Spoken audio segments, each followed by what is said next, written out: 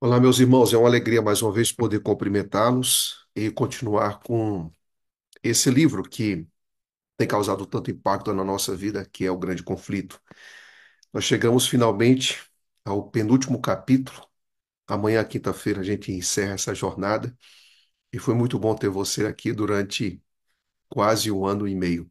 É muito bom poder recapitular, poder pontuar e poder resgatar algumas mensagens extremamente especiais quando nós falamos do livro O Grande Conflito. Hoje nós vamos para mais um capítulo, e esse capítulo está intitulado Será Desolada a Terra. Então, esse capítulo ele é muito importante para nós porque ele vai descrever um pouco sobre as condições que o mundo viverá antes da volta de Jesus Cristo, como também irá apresentar o que ocorre depois da volta de Jesus Cristo, que é o milênio. Então, algumas coisas que me chamam assim muito a atenção, muito a atenção. Quando Jesus Cristo veio a essa terra, ele pregou a verdade e ele também era a verdade. Então, quando você vai para a Bíblia, você vai perceber que verdade é tanto uma pessoa quanto também é o conteúdo daquilo que essa pessoa diz. Nesse caso, a verdade é tanto a pessoa de Jesus Cristo, como também aquilo que Jesus Cristo fala.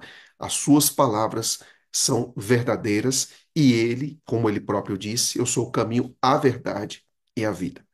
E você pergunta, mas por que que você está falando isso, pastor, com relação para o capítulo? Eu vou explicar isso agora. É interessante que quando Cristo vem buscar os seus, vem resgatar os seus fiéis, nós vamos encontrar um grupo de pessoas que eram religiosas, e essas pessoas, por serem religiosas, tinham certeza de que estariam, claro, subindo para o céu, estariam seguras, mas não é isso que vai acontecer. Essas pessoas elas foram enganadas. E essas pessoas, ao serem enganadas, elas questionam o ministério de vários pastores. E aí vem algo que me chama muita atenção, é que clérigos e pastores, né, padres, pastores, aquelas pessoas que influenciam tantas pessoas, elas serão questionadas em algum momento. É isso, é assim que começa o penúltimo capítulo do livro Grande Conflito, questionando, apresentando o questionamento de pessoas e daquilo que alguns líderes religiosos fizeram e influenciaram e distanciaram as pessoas da palavra de Deus. Então, perceba aqui, vamos então entrar para algumas citações, citações essas que são assim muito relevantes e essas citações apontam justamente para o papel de alguns ministros, o quão fiel, o quão sincero eles foram na pregação do Evangelho.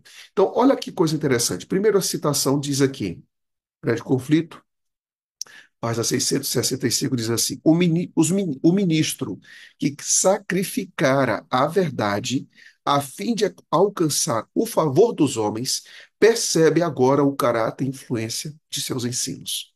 Isso é muito sério. Chegará um momento em que muitos pastores, isso cabe a nós adventistas, isso cabe a outros também, chegarão à conclusão de o seguinte: será que o que eu preguei era de fato a verdade? Era aquilo que de fato eu deveria estar pregando? Então, me chama muita atenção que agora o ministro percebe o caráter e a influência de seus ensinos. Por quê? Porque ele sacrificava a verdade. Porque ele sabia que deveria dizer algumas coisas e não dizia. Porque ele sabia que precisava se posicionar e não se posicionava. Nós, pastores, nós não podemos ter compromisso com popularidade. Nós não podemos ter compromisso com popularidade. Porque se você tiver compromisso só com a popularidade, você vai sacrificar a verdade. Pessoas que têm compromisso só com a popularidade, você pode ter absoluta certeza, vai sacrificar a verdade. Você sabe por quê? Porque a verdade não é popular. E às vezes é difícil de ser aceita. É por isso que é quase que incompatível você pregar a verdade. É quase incompatível. Não estou dizendo que é incompatível, mas é quase incompatível você pregar a verdade e você se tornar popular. Sabe por quê? Porque em alguns momentos você vai falar coisas que vai chacoalhar, que vai balançar, que vai fazer as pessoas refletirem. Mas quando você faz isso, a gente não pode esquecer que o nosso papel é apresentar tudo aquilo que está na verdade e tudo aquilo que está na verdade na pessoa de Jesus Cristo. E aí eu volto para a pregação de João Batista. Olha, a pregação de João Batista era uma pregação dura. A pregação de João Batista era uma pregação que fazia tremer os pés, mas era uma pregação, ao mesmo tempo, cristocêntrica. Aquele que chamava raça de víboras, o machado está ali ao pé da árvore, era o mesmo que também disse: Eis aí o Cordeiro de Deus, que tira o pecado do mundo. O pregador ele não pode ser seletivo na pregação. O pregador ele deve pegar todas as escrituras, porque toda a escritura é inspirada por Deus. Então, a primeira coisa que a gente percebe aqui no tempo do fim é que vai ficar evidente quantas vezes, quantos ministros de diferentes denominações subiram ao púlpito, sabiam que deveria dizer coisas que não disseram, e isso vai ficar patente nos últimos dias. Outra coisa, ministros e povo veem que não mantiveram a devida relação para com Deus. Por quê? Porque quando você supre a verdade, quando você é, prega de forma muito seletiva, quando você não não expõe aquilo que de fato deve ser exposto, qual é a consequência disso? É o fato de você suprimir a verdade. Qual é a consequência disso? É que a sua relação com Deus não vai evidenciar aquilo que você está lendo. Então, se eu tenho uma experiência curta com a palavra de Deus, automaticamente eu vou ter uma experiência muito limitada também com Deus. Vem que se rebelaram contra o autor de toda a lei reta e justa. A rejeição dos preceitos divinos deu origem a milhares de fontes para males, discórdias, ódio, iniquidade, até que a terra se tornou um vasto campo de contenda, um poço de corrupção. Este é o quadro que ora se apresenta aos que rejeitaram a verdade e preferiram acalentar o erro.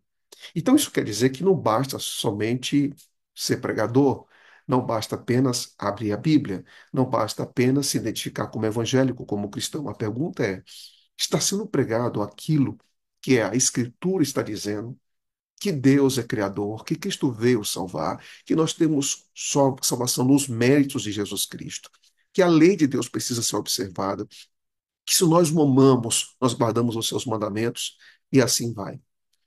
Olha o que o texto diz aqui na página 556. Diz assim: aqueles mesmos que mais os admiravam, os pastores, os clérigos, os líderes, pronunciarão as mais terríveis maldições sobre eles, as mesmas mãos que os coroavam de lauréis levantar-se-ão para destruí-los. Isso é muito forte. Aquelas mesmas mãos que aplaudiam muitos líderes, né? Aquelas mesmas mãos que reconheciam como homens de Deus, como pessoas que deveriam ser seguidas a todo custo, vão dizer: não, não, vocês estavam errados. Vocês nos ensinaram de forma errada. Vocês enfatizaram muitas vezes um evangelho que não existe na Bíblia. Vocês muitas vezes subiram ao púlpito e falaram de um evangelho muito coach. Vocês falaram do evangelho de PNL, de programação neurolinguística. Vocês falaram de um evangelho centralizado só no ser humano. Vocês falaram de um evangelho de prosperidade, e tudo isso não é evangelho. Tudo isso não é evangelho. Você colocou diante do púlpito, diante das câmaras de televisões, dos canais aí de YouTube, de redes sociais, vocês colocaram um evangelho que não era verdadeiro. Vocês usaram a palavra, vocês distorceram a palavra, vocês manipularam a palavra para dizer o que vocês querem, não aquilo que Deus estava dizendo. Vocês não foram fiéis ao texto bíblico. Vocês não nos ensinaram, porque o papel de um líder religioso, entre outras coisas, é ensinar o povo. Nós não somos chamados para ter seguidores, nós somos chamados para levar pessoas a seguirem ao Cordeiro de Deus. E o instrumento que nós usamos para isso é a palavra de Deus. Mas, infelizmente, a distorção que existe hoje em torno do Evangelho faz com que a palavra de Deus seja minimizada, para que hoje a opinião do ser humano seja, então, prevalecente. Nós não podemos ter compromisso nenhum com aquele pregador, com aquilo que se ensina que não esteja em harmonia com aquilo que está escrito. É muito perigoso. Então, nesse quadro aqui total, em que os erros e a verdade ficarão muito evidenciadas antes da volta de Jesus Cristo. É muito importante que as pessoas considerem, e isso, essa consideração precisa ser hoje, o quão fiel nós estamos sendo ao texto bíblico, aquilo que Deus fala, aquilo que Deus espera e também a centralidade de Jesus Cristo, porque as Escrituras falam de um Redentor que veio, que morreu, que ressuscitou, que intercede e que voltará. Bem, olhando para esse quadro tão significativo e poderoso para a gente, há uma citação aqui que diz Isaías 24, 3, 4 e 6, diz assim: Porquanto transgride as leis, mudam os estatutos e quebram a aliança eterna. Por isso a maldição consome a terra, e os que habitam nela serão desolados. Por isso serão queimados os moradores da terra. Quando Cristo volta, e aí então a gente entra no milênio, nós vamos então para o seguinte: primeiro, no último capítulo, no penúltimo capítulo do Grande Conflito, é falado, é dito, é apresentado sobre essa falta de compromisso com a verdade. Mas, claro, Cristo volta, a gente sobe, os ímpios vivos são mortos, os ímpios mortos continuam mortos. A gente depois pode falar um pouco sobre a questão da ressurreição especial, mas aqui Cristo sobe. E aí então a gente vai para o milênio. E aí, a partir de agora, eu gostaria que você abrisse sua Bíblia no capítulo 21 do Apocalipse. Aí é isso que trata esse penúltimo capítulo do livro Grande Conflito. Perdão, capítulo 20 do Grande Conflito. No capítulo 20 do Grande Conflito, nós vamos então aqui compreender um pouco, certo? O capítulo é dividido mais ou menos o seguinte, não o capítulo 20, o penúltimo capítulo do Grande Conflito, é dividido assim. A, a clareza apontada pelo que está escrito entre a verdade e o erro. Cristo vem buscar aqueles que são fiéis. Então, a partir disso, a partir da ressurreição, transformação, 1 Tessalonicenses 4, Tessalonicenses 4. A gente então sobe e vamos ficar com Cristo então e reinar com Ele 1000 anos. Mas não é só um momento para reinar com Cristo durante 1000 anos, é também para fazer um julgamento. Então agora a gente entra. Então aqui agora a gente vai perceber o seguinte: o que está acontecendo na Terra e o que vai acontecer no céu quando a gente fala desses 1000 anos. Praticamente nós vamos encontrar três eventos. Quais são eles? Aqui na Terra, a Terra vai estar completamente desolada, tá? E Satanás e seus anjos não terão absolutamente ninguém para tentar. E o que nós vamos estar fazendo no céu? Nós vamos estar reinando e, ao mesmo tempo, nós vamos estar julgando. Então, perceba que, primeiro, a condição da terra. Diz o texto, Grande Conflito, página 558.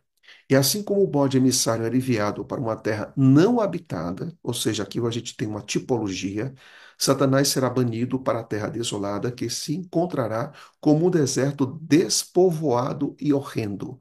Ou seja, nós vamos ter casas abandonadas, nós vamos ter supermercados que não tem ninguém, nós vamos ter estádios de futebol que não escutam multidão.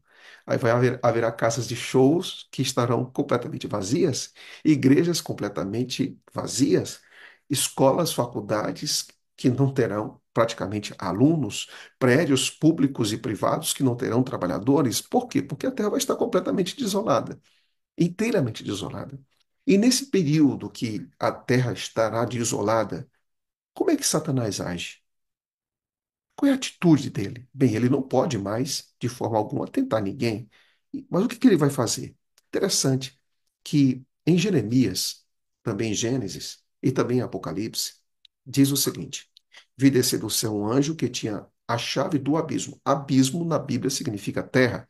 A gente pode ver isso em Gênesis 1, verso 2 e uma grande cadeia na sua mão. Ele prendeu o dragão, que é Satanás, a antiga serpente. O diabo é chamado de dragão porque destrói a serpente porque engana. E Satanás amarrou por 1000 anos e lançou no abismo. E ali o encerrou. E pôs selo sobre ele para que não mais engane as nações. Por quê? Porque não tem ninguém para enganar. Até que os 1000 anos se acabem. E depois importa que seja solto por um pouco de tempo. Então, o que que ele faz durante esse período? O que que Satanás faz durante o período dos 1000 anos? O texto diz o seguinte: durante esse tempo, os seus sofrimentos serão intensos. No próprio milênio já começa o sofrimento de Satanás, tá certo? Nesse período de 1000 anos. Desde a sua queda, a sua vida de incessante atividade baniu a reflexão. Ele nunca pensou. O diabo nunca pensa no que ele está fazendo, nas consequências, mas ele vai ter o tempo para pensar. Agora, porém, está ele despojado de seu poder, entregue a si mesmo para contemplar a parte que desempenhou desde que a princípio se rebelou contra o governo do céu. Não vai ter ninguém, só ele e os seus demônios cercando para ver o mal que ele trouxe à humanidade e as consequências. Então, ele vai ter 1000 anos de reflexão, 1000 anos para pensar sobre tudo aquilo que ele fez aqui na terra, com seus moradores, fez na terra perseguindo Cristo, perseguindo sua igreja, destruindo, porque o Satanás ele vem para fazer o quê? Três coisas, de acordo com João no capítulo número 10. Três coisas. Ele vem para matar, para roubar e para destruir. E isso vai ficar muito evidente para ele quando ele estiver aqui na Terra, durante o milênio, percebendo e vendo a obra que ele construiu durante muitos, muitos, muitos, muitos anos. Bem, e no céu, o que é que vai acontecer? Vamos lá. No céu a gente vai ter o julgamento. Então, agora seria muito interessante você abrir sua Bíblia e a gente vai agora dar uma olhada no que o texto nos afirma sobre o que está acontecendo então no céu. É muito importante você compreender esse texto. Por quê? Porque esse texto ele vai falar coisas que talvez você nunca tenha pensado antes. Nunca tenha pensado antes. Então, esse texto, lembre-se bem, olha, quando você vai para Apocalipse, você ir para Daniel, você vai ver o seguinte: primeiro, os santos eles são julgados. E a gente tem um juiz investigativo, tá certo?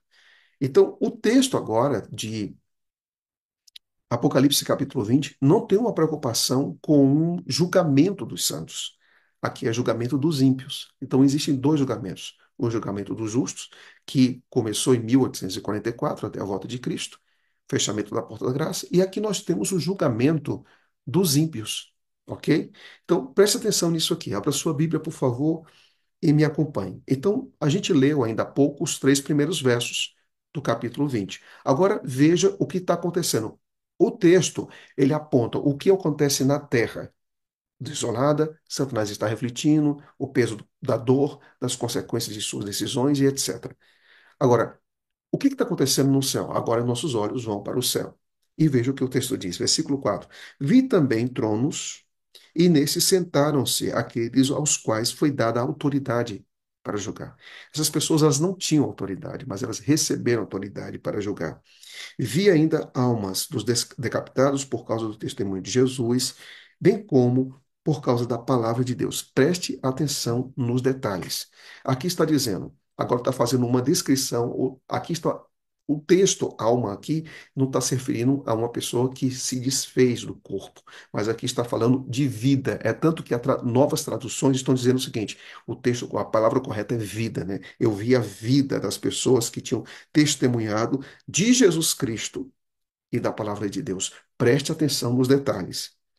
Tanto quantos não adoraram a besta, nem tampouco a sua imagem, e nem receberam a marca na fronte e na mão, e viveram e reinaram com Cristo durante 1000 anos. Ficou evidente para você que essas pessoas fazem duas coisas.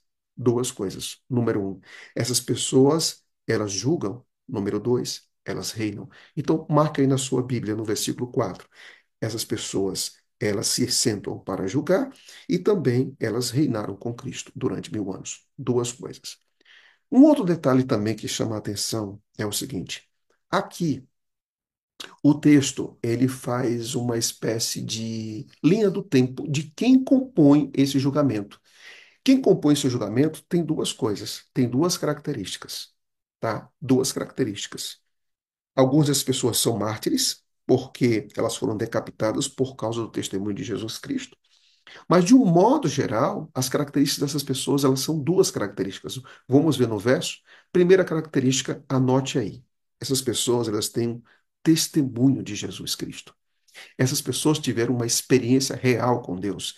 Essas pessoas tiveram uma conversão genuína. Essas pessoas conheceram Cristo na prática, na vida. Elas tiveram que perseverar, passaram por problemas que todos nós passamos. Passaram por dores, por perdas, por sofrimentos, por angústia, por dúvidas, por medos, por ansiedade, por problemas emocionais, todos os problemas. Mas não desistiram da sua fé. Elas perseveraram. Então, essas pessoas aqui, elas tiveram uma experiência com Cristo. Ou seja, uma experiência do Cristo que viria ou do Cristo que já veio. Antigo Testamento, Novo Testamento. Segunda coisa, olha o que o texto diz. Por causa da palavra de Deus. Então, essas pessoas elas tinham uma experiência também com aquilo que Deus falava, com as Escrituras. Por quê? Porque tanto Cristo quanto as Escrituras serão o fundamento do juízo. Então, por essas pessoas terem uma experiência real com Deus e terem uma experiência real com as Escrituras, elas estão habilitadas a sentarem no trono e também a julgarem. Entenderam agora? Descobriu agora por que que a gente vai jogar? A gente vai jogar por dois motivos: porque aceitamos a Cristo e porque procuramos viver a palavra. Duas coisas que nos habilitam ao céu: é a aceitação de Cristo e o compromisso com a palavra de Cristo. Tá claro isso para vocês? Então, nós não podemos separar as coisas. Ah, nós queremos muito palavra, mas esse negócio de Jesus assim, não precisa não, porque nós somos muito intelectuais. Nada disso. Ou tem pessoas, não, vamos ter um relacionamento romântico com Cristo, mas nada de falar de doutrina, nada de falar de 28 crenças. Palavra e Cristo são inseparáveis. Você sabe por que são inseparáveis? Porque Jesus Cristo disse, as minhas palavras são vida, são vida. Eu sou vida e as minhas palavras são vida. Não separe Bíblia de Cristo. Não separe doutrina de Jesus. Não separe verdade do autor da verdade, que é Jesus Cristo. Isso é incoerência. Agora, interessante. Coisa interessante. Aqui diz que os restantes do mortos não viveram só depois dos 1000 anos. O texto está falando aqui da primeira ressurreição. Bem-aventurado e santo, versículo 6. São aqueles que têm parte na primeira ressurreição. Sobre esses, a segunda morte não tem autoridade. Pelo contrário, serão sacerdotes de Deus e de Cristo e reinarão com ele 1000 anos. Então perceba, reinar com Cristo 1000 anos. Agora, é, como eu já falei, a gente tem aqui duas coisas. Nós temos o julgamento e temos também o reinar com Cristo. Quando a gente fala do julgamento, eu quero aqui apresentar uns textos para vocês. E os textos são esses aqui, ó. 1 Coríntios 4:5. Não julgueis antes de tempo. Ou seja, haverá um tempo para julgar. Até que o Senhor venha. Gente, para mim isso aqui é extremamente claro, explícito. Aqui está dizendo, a gente não pode julgar antes que o Senhor venha, o qual também trará à luz as coisas ocultas das trevas e manifestará os desígnios dos corações. Existem coisas que não dá para julgar. Eu não posso julgar determinadas situações de pessoas. Tem pessoas que dizem assim, pastor, fulano está salvo, fulano tá perdido. Tem coisas que eu não sei, que eu não sei. E Paulo está dizendo, até que venha o Senhor, porque quando o Senhor vem, a gente sobe e então vamos reinar com Cristo durante 1000 anos. Então lá é que as coisas vão ficar explicadas. Entenda bem o que Paulo está falando. Paulo está falando, lá as coisas vão ficar esclarecidas. Então não julgue antes do tempo. Tem pessoas que você tem certeza que vão estar perdidas. Mas não julgue antes do tempo, porque é possível que no céu você tenha surpresas. Não julgue antes do tempo. Mas é possível que você também pense, não, eu tenho certeza que irmão tal que descansou no Senhor vai estar salvo. É possível que não.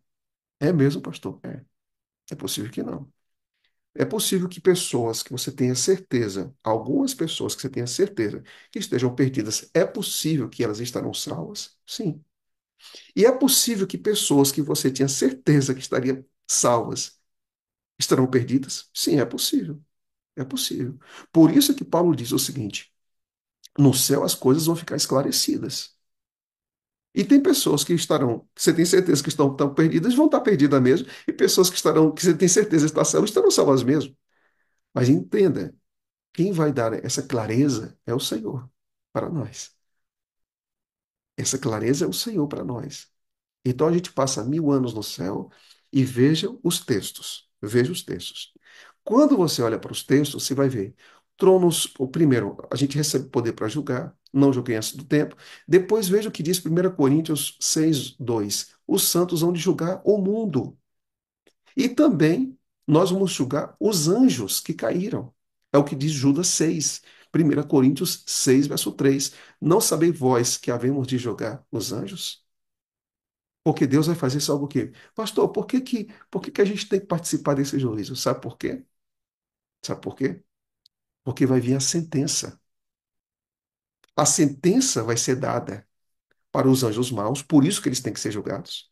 A sentença vai ser dada para os ímpios. E aí, então, a pergunta que a gente não pode deixar de fazer é: Deus está sendo justo no seu julgamento? Deus será justo na sua sentença?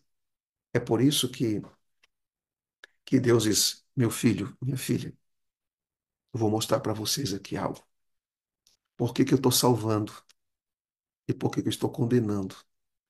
Eu vou aqui explicar para vocês. Deus não precisa de explicação, mas para que você não tenha dúvida, Deus vai mostrar o que ele fez por cada habitante da terra. Por isso que a gente passa 1.000 anos no céu. E para a gente tomar a conclusão, Deus é amor, Deus é justiça.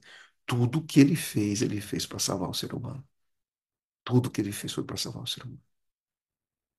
É por isso que uma das coisas que precisam ficar muito claras assim em nossa mente, sabe? Primeiro para nós. O critério é Jesus e palavra. O critério é Jesus e a sua palavra. E aqui eu quero falar para você. Na Bíblia, nós vamos encontrar duas experiências assim interessantes, né? A parábola das 10 virgens, por exemplo, uma parte foi conhecida como fiel e outra parte não. E quando as virgens foram apressadas para a casa do noivo, apressadas, correndo, bateram, abra a porta, abra a porta. O noivo olha para fora, tenta ver os rostos, tenta conhecer as pessoas. E o noivo diz assim: eu não conheço vocês. Eu não conheço vocês. Não, mas nós somos as virgens, nós temos os olhos aqui, a gente dormiu pouco, mas eu não conheço vocês. Uma das coisas mais trágicas que possam acontecer na vida cristã é quando Cristo voltar, Cristo não nos conhecer. Mas lembre-se de uma coisa: Cristo não conhece, não conhecerá, quando ele voltar, as pessoas que não o conhecem agora. Nós precisamos conhecê-lo. Conhecer Cristo é o fundamento da vida cristã. Você e eu precisamos conhecê-lo. E quem faz isso, pastor? É a obra do Espírito Santo e nós buscamos aqui todos os dias. Quem nos ajuda a conhecer quem é Deus é o Espírito Santo. Ele testificará a meu respeito, disse Jesus Cristo. Então isso quer dizer que, amigos queridos, caminhe com Deus, caminhe no Espírito, conheça a Deus. Conheça a Deus. Só que outra coisa, aqui nós vamos receber autoridade para julgar, porque nós vamos ter um compromisso com a palavra. Você sabe o que é que significa isso? Quem conhece Jesus segue o que Jesus diz. Segue o que está escrito. É por isso que a gente vai ser triste a gente ter algumas surpresas no céu. Chegarmos no céu e não temos algumas pessoas que a gente tinha certeza que estaria lá.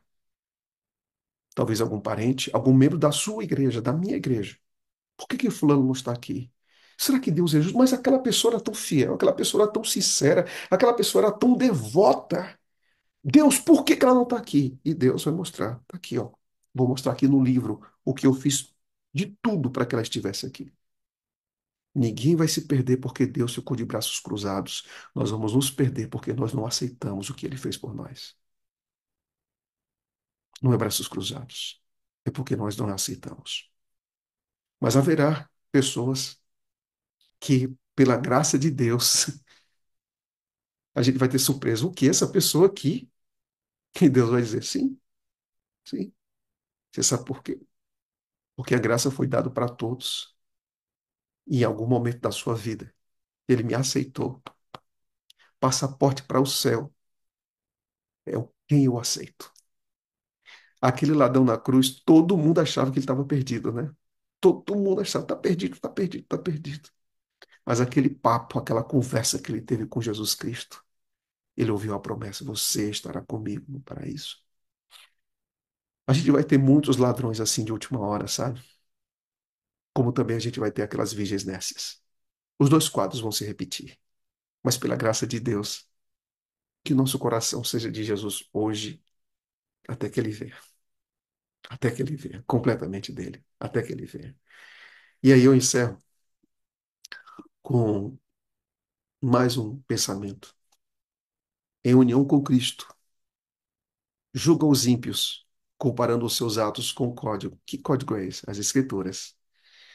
E decidindo cada caso segundo as ações praticadas no corpo. Então é determinada a parte que os ímpios devem sofrer segundo as suas obras e registrada em frente ao seu nome no livro da morte. Eu encerro com esse quadro. O Espírito foi enviado para nos levar à verdade, à palavra de Deus. O Espírito foi nos enviado para nos levar a Cristo. O papel do Espírito é nos levar à verdade, que é as Escrituras. O papel do Espírito é nos levar à verdade, que é a pessoa de Jesus Cristo. Por isso, amigos, quando nós estamos falando aqui na sala 57 de batismo do Espírito Santo, o que que nós queremos? Nós queremos compromisso com a palavra e nós queremos compromisso com a pessoa de Jesus Cristo. Porque esse é o fundamento do juízo, esse é o fundamento da verdade e esse é o fundamento da vida cristã. Que pela graça de Deus, no dia de hoje, nós sejamos pessoas que queiram caminhar com Cristo. Que a nossa vida seja um livro aberto, especialmente diante de Deus. Eu sei que você tem lutas como eu tenho. Eu sei que você tem altos e baixos como eu tenho. Mas você nunca deve largar a mão daquele que está segurando a sua própria mão. Ah, pastor, mas eu tenho quedas. Ah, pastor, eu tenho lutas. Todas as nossas lutas são vistas por Deus. Todos os nossos conflitos são vistos por Deus. Mas Deus não despreza a oração sincera. Deus não despreza o coração que é rasgado diante dele. Sempre, sempre, sempre haverá braços abertos em direção de um pecador que reconhece a sua condição.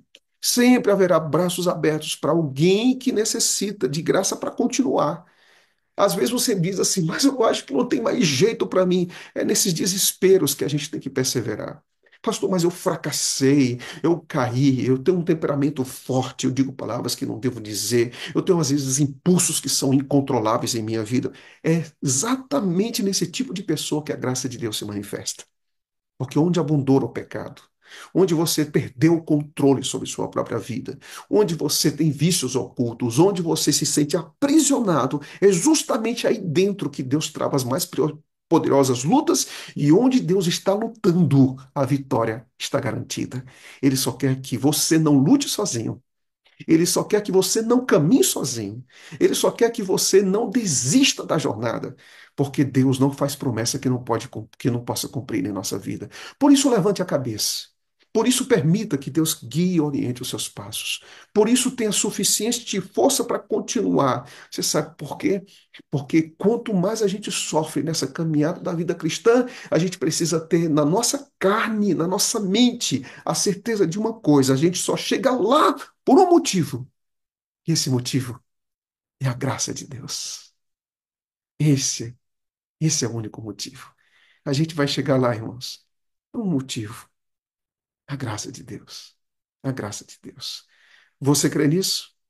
Levante sua mão e diga aí: eu creio, pastor. Eu creio, pastor. É o testemunho e é a palavra. É isso que nos habilita a estar no céu. E é isso que um dia vai nos habilitar para estarmos com Cristo, para julgar e para reinar. Que Deus nos abençoe, nos guarde, nos dê sua presença no dia de hoje. Feche os seus olhos, vamos falar com Deus. Bom Deus e bom Pai, nos ajuda, Senhor, a sermos líderes que se comprometem pessoalmente contigo. E nos ajuda a sermos cristãos que se comprometem com Sua palavra. Um dia iremos sentar em tronos por Tua graça, mas o que nos habilitará a isso será a aceitação de Cristo e o compromisso com aquilo que sai da boca de Cristo. Nos ajuda, Senhor, a vivermos uma vida coerente, apesar das quedas, das falhas, dos tropeços. Nos ajuda a ver que Deus está trabalhando, que o Senhor está trabalhando em nossa vida. Obrigado pelo teu Espírito, aquele que nos regenera, que nos santifica, aquele que nos habilita a viver um caráter mais parecido com o de Jesus Cristo. Nos ajuda a viver, ó Deus, essa vida cristã, de lutas, mas de dependência, de sofrimento, mas de confiança, de conflitos, mas de certeza de que iremos vencer ao teu lado. Toma essa sala em tuas mãos e cada pessoa, cada cristão, cada amigo, independentemente da sua fé, da sua expressão cristã, que aqui nós possamos nos encontrar e nos fortalecer mutuamente. Que a tua graça esteja conosco hoje, em nome de Cristo. Amém. Amém. Muito obrigado, pastor Lucas. Deus continue abençoando. E amanhã estaremos juntos novamente aqui para a honra e glória de Deus. Amém. Um forte abraço em todos vocês e que a graça de Cristo, que é suficiente, trabalhe em nosso coração nessa quarta-feira. Deus abençoe a todos. Amém, pastor. Deus abençoe também. Amamos o Senhor, viu? Amém. Você está aonde, Marli? Você é casada? Quantos filhos você tem? Vamos quebrar o gelinho e acomodar as nossas emoções. Fala um pouquinho disso pra gente. Vamos lá. Eu estou aqui em Engenheiro Coelho, aqui interior de São Paulo, aqui bem diferente do NASP Campus 2, né? Bem no interior. Eu sou casada, depois de amanhã, que depois de amanhã vamos completar 31 anos de casados e nós temos duas filhas, hoje já adultas. Ambas são médicas e Sim, vocês daqui a pouco vão conhecer como foi muito complicado para que a Marli, como é que é o nome do seu esposo? Carlos. E o Carlos conseguissem desenvolver a tarefa de discipular as filhas academicamente, mas muito mais Uhum. espiritualmente. Mas fica aí que você vai entender como é que a Marli e o Carlos passaram por essa trajetória para ela estar aqui sorrindo hoje depois de tanta luta, né? A Marli é paulistana, os pais católicos bem praticantes. Ela teve 7 irmãos, total de 8 irmãos a família, 4 mulheres e 4 homens. De forma bem específica, os 4 homens da família faleceram. Restaram as 4 mulheres. E a Marli foi a que se desenvolveu e, com o emprego fixo, ela ajudava o pai e a mãe na manutenção da casa. Imagina, uma juvenil, pré-adolescente, adolescente que, ao invés de pedir dinheiro para os pais, ela que chegava junto. Então você teve que amadurecer muito, muito, muito Da rápido, né, noite Marli? para o dia, praticamente, né, pastor? Com 13 anos. Você tinha 13 anos e tinha uma responsabilidade de adulto já. Sim, sim. Seus irmãos morreram como?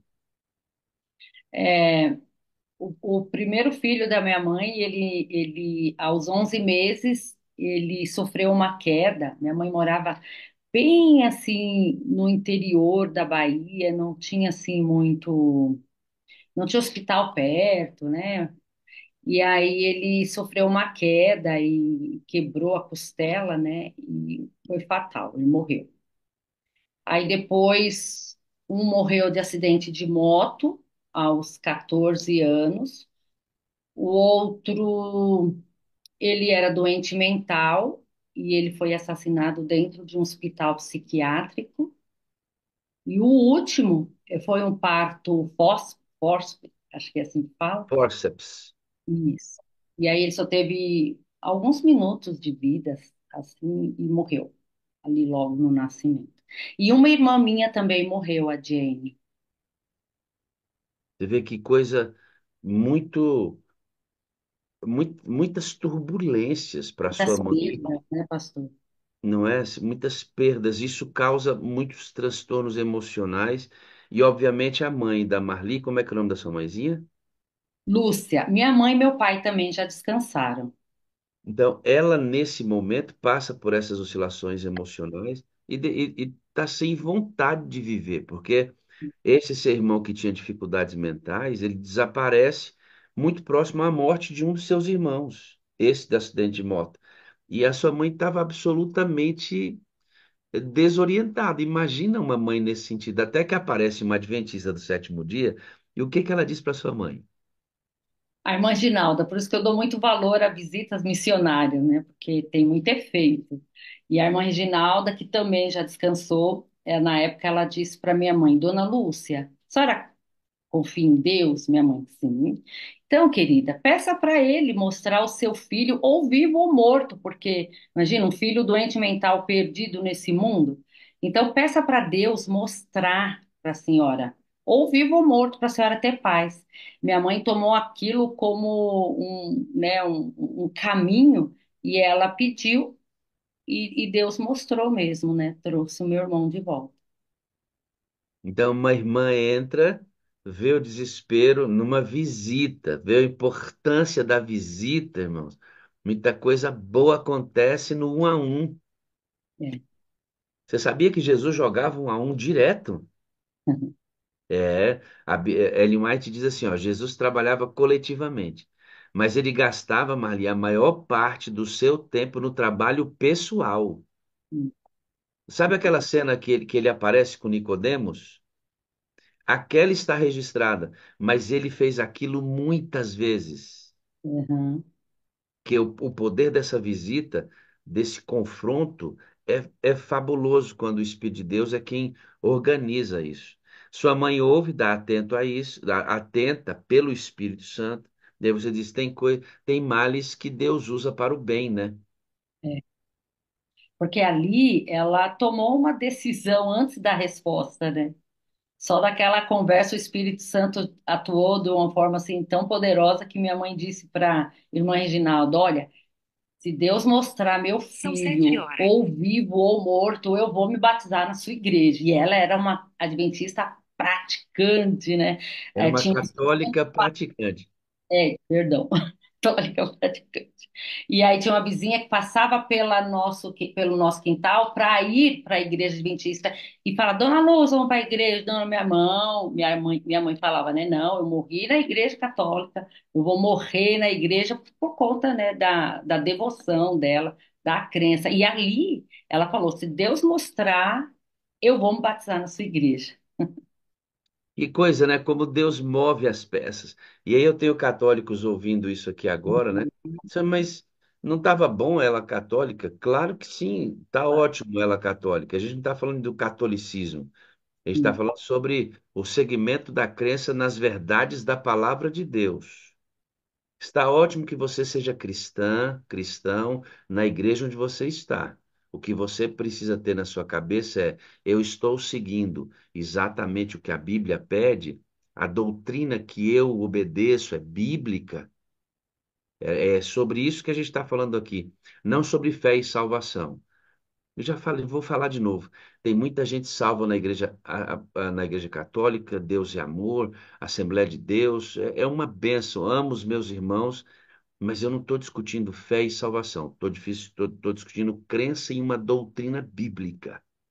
E nós não podemos transigir, negociar com aquilo que é doutrina bíblica, amado. Pode ser a pessoa mais importante da sua vida. Se ela te ensinar algo que não é bíblico e comprovadamente está claro na Bíblia que não é, essa pessoa precisa perder esse pedestal de algo mais importante e a Bíblia precisa assumir o lugar de orientadora que ela tem. Quando isso acontece, você vai receber a Igreja Adventista na sua vida aos 8 anos. Sim, Aos 8 anos. E você começa uma imersão nos livros do Espírito de Profecia e lê logo de cara o livro Educação. sim. E você chegou a uma conclusão muito interessante. Não ia casar.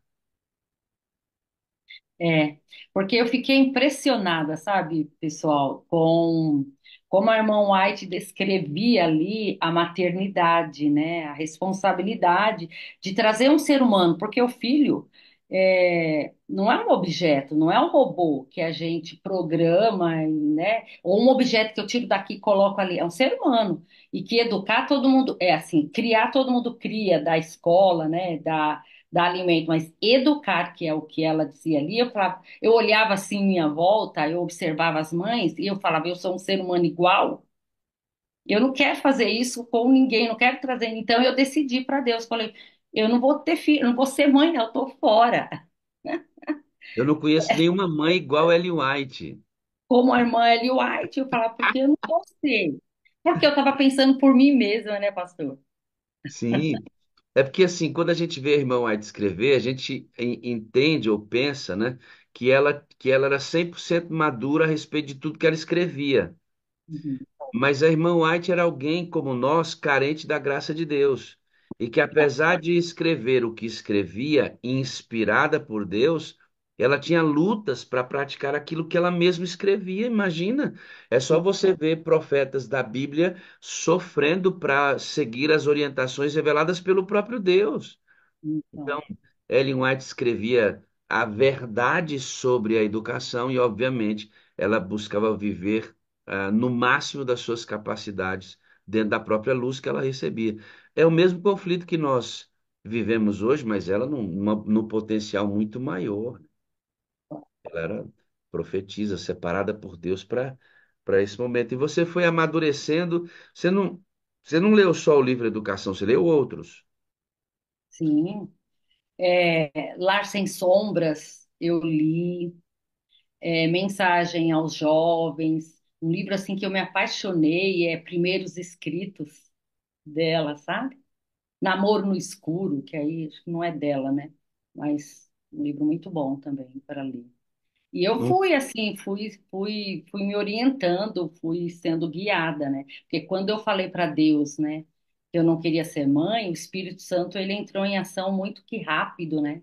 E ele impressionou a minha mente e eu entendi o seguinte, que não era para eu ser mãe sozinha, né? Quando eu li o Lar Sem Sombras, aí eu entendi a questão do planejamento familiar. Então, não é do nada eu sou mãe. Nós, cristãos, principalmente, gente, presta muita atenção nisso. Nós, adventistas, estou falando aqui adventista, até porque a gente aprende muito a ter essa aproximação com os livros do Espírito de Profecia. Mas qualquer pessoa, tá? Qualquer denominação.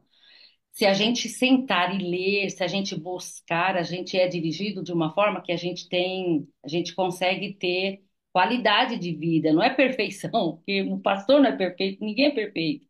Então, o Espírito Santo, através dos livros, ele foi me mostrando que eu poderia fazer um plano familiar, e que eu teria um lar, um esposo, um marido que me ajudasse e que ficou muito bom para mim, muito como assim, muito confortável, é que eu poderia contar com os céus qualquer momento e eu contei. A Marli ela vai amadurecendo na sua caminhada, porque ela vem ao Adventismo aos 8 anos, e esse processo de imersão na Bíblia e nos livros do Espírito e Profecia vão amadurecendo a Marli para que ela se case com o Carlos, né? Tá certo? Não troquei seu marido, amém, glória. Amém. Já troquei marido aqui ao vivo, meu Deus, chamei o marido da pessoa de outro Isso, pastor. nome. Mas acontece, né, irmã? E ela vai amadurecendo e a Marli casa. Em 93 você casa, né, Marli? Sim, em dezembro de 1993 nos casamos e em 98 eu tive a primeira filha. E em 90, perdão, em 95, olha eu errando. Em 95 eu tive a minha primeira filha e em 98 a segunda filha. Ok, então ela amadurece e entende que Deus vai ajudá-la no processo tanto da formação da sua família como na condução dos filhos que providencialmente o casal teria. Vamos dar uma paradinha aqui. Você que está aqui adorando comigo, você assistiu o pastor Gilson falar de família. E ele falou da hierarquia, né? O sacerdócio do homem que conduz a mulher, que ajuda a conduzir as crianças. E nesse grau de importância, o homem é o condutor, a mulher é a sua auxiliar, e os filhos são dependentes deste casal. Então, num casal cristão, quem vem primeiro? Eu. Quem vem primeiro? Deus. E depois, quem é a pessoa mais importante da minha família? A minha esposa. Mas e a filha? Vem depois. E alguém pode ficar pensando assim: meu Deus, mas isso não é severo com os filhos? Não, porque se o casal não estiver bem, meu amado, os filhos vão sofrer a penalidade. Os filhos vão sofrer a penalidade. Então, cuide bem da sua esposa, cuide bem do seu esposo. Vocês dois vivendo bem vão cuidar muito bem dos seus filhos. Filhos inteligentes entendem que os pais precisam se dar bem. Entende isso? E essa construção, ela é bíblica, o sacerdócio. Agora, Marli, não é a ideia de que o homem manda na mulher, na filosofia desse machismo Sim. desregulado, e nem muito menos você está aí empoderando a mente, né? Essa palavra empoderando entrou agora em nosso menu de palavras novas, né? Empoderando. Não é a mulher recebendo um tipo de poder que ela desqualifica o homem e assume as funções que são legitimamente separadas por Deus para que o homem faça. Isso aqui é inegociável. Função dentro do lar é inegociável. A diferença, sabe qual é, irmãos? É que o homem não manda em casa. O homem lidera a casa. É diferente. Quando o homem manda na casa, ele não considera a opinião da esposa e muito menos dos filhos. Ele toma decisões autocratas porque ele quem está ali para mandar, ele é o macho alfa da casa. Não é assim. Não é assim. O homem lidera a casa. E o homem lidera a casa aonde? Na construção de um lar cristão. O homem é quem constrói o altar. Se você pegar Abraão e Sara, Axa, sabe quantas vezes Axa, a esposa de Abraão, montou um altar? Nenhuma vez. Mas sabe quantas vezes ela adorou naquele altar? Todas as vezes. Sabe quem construiu o altar? Quando não tinham filhos, Abraão. Depois que tiveram filhos, Abraão e os filhos. Essa é a construção familiar. O homem lidera, é o cabeça na constituição religiosa como construtor de altares para a família adorar. Esse é o papel do homem. A mulher vem nesse contexto aqui, sendo suporte do marido na educação dos filhos para que todos nessa casa sirvam a Deus. E na hora de comprar um carro, na hora de comprar uma casa, na hora de viajar, quanto vai gastar na compra do mês? Tudo isso é combinado. Pegou a ideia, não? Isso aqui é lindo, irmão. Mas no mundo ácido, destruidor de lares, é quase que impraticável hoje em dia, né? Mas esse é o comando bíblico. Entendendo esse processo, você faz uma coisa pelas suas filhas, Marli, extraordinária, porque nessa saída sua do ninho de casa, você se casa, você e o Carlos começam a progredir financeiramente, viver uma vida confortável e você, pelas filhas, decide parar de trabalhar. Sim. E você ganhava bem, né, irmã? Uhum. Eita. E foi difícil deixar o trabalho para cuidar das meninas? Então, eu sou paulistana, né, ali da Zona Sul, eu trabalhava ali, eu era vizinha, a empresa que eu trabalhava era vizinha da associação, que na época ela era Paulista Sul, hoje é paulistana, né, ali no Brooklyn. Eu era tesoureira de uma empresa, ganhava muito bem, né, mas quando eu engravidei, a gente ficava, né, e eu não queria, até ali naquele momento, eu não ia parar de trabalhar, né, e aí a gente ficava, eu e meu marido, com quem vai ficar o bebê, né? Se eu trabalhando. E aí vamos tocando a gravidez, vamos tocando. E aí, quando a minha filha nasceu, que eu vi a minha filha, gente, eu estava diante do bem mais precioso da minha vida. Tudo caiu por terra, questão de dinheiro. Não que eu deixei de dar valor, mas eu estava diante do bem mais precioso. E ali eu tomei uma decisão. Eu vou educar, eu vou criar. E aí conversei com meu marido, ele super me apoiou. Eu já comuniquei à empresa que eu não iria voltar, mas aí eles também, eles não acreditaram, né? E aí quando estava na semana antes de eu voltar, aí eu fui lá para falar realmente que eu não ia voltar e o diretor, né, falou, Marli, traga o seu bebê para cá, você tem uma sala só sua, você educa aí. Não, quero educar dentro do lar dela. Eu não vou. Aí ele, a gente não vai te mandar embora. Eu tinha 6 anos de empresa. E eu, muito rápido, eu falei, eu peço as contas. Como assim? Eu peço as contas, eu estou decidida. Eu quero educar, eu quero ser mãe, né? E aí eu pedi, e assim, eu não tive um sofrimento, porque eu entrei na maternidade, eu quis ser mãe, né? Meu marido teve que suar mais, né? Teve que manter, a gente foi uma bênção também. Eu lá atrás, lembram que eu conversei com Deus e ele me falou, faça o planejamento. Nós casamos, pastor, para a honra e glória de Deus, tá? Nós casamos com a nossa casa própria, porque a gente planejou isso, né? Eu trabalhava, meu marido trabalhava. Então a gente tinha uma condição que então as mães que não têm essa condição é difícil mesmo, né? Ou trabalha ou come, né? Então vai ter que andar caminhar 2 milhas. Eu, graças a Deus, porque eu ouvi, eu tive essa oportunidade e aí foi uma bênção para mim. Era cada dia, era um espetáculo estar com educando. Olha só que coisa tremenda é você seguir um organograma bíblico, né? Irmãos, o papel da mãe é educar seus filhos. Pastor, mas isso não é machismo, não. Isso é preservação celestial, irmão.